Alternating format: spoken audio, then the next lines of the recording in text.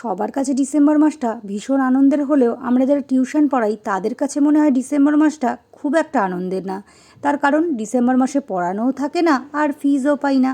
যাই হোক, এমনি দিন তো বেরোবো মনে করলেও বেরোনো হয় না, ওই বুধবার করে আবৃত্তি ক্লাসের ছুতোয় যা একটু বেরোনো হয়।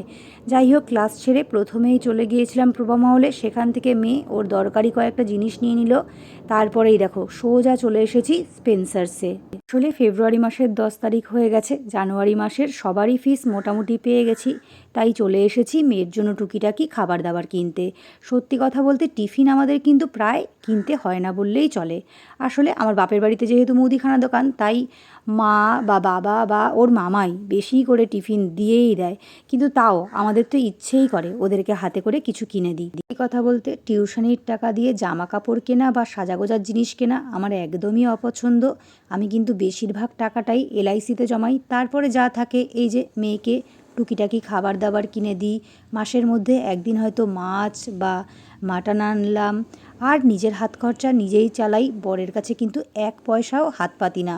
যাই হোক, কথা বলতে বলতে আজ কিন্তু নিজের জীবনের বেশ কয়েকটা কথা তোমাদের সঙ্গে শেয়ার করে ফেললাম। আর এইদিকে দেখো, সোনাইকে মাত্র কয়েকটা জিনিস কিনে দিয়েছি, তাতেই কিন্তু ও ভীষণ খুশি হয়ে গেছে।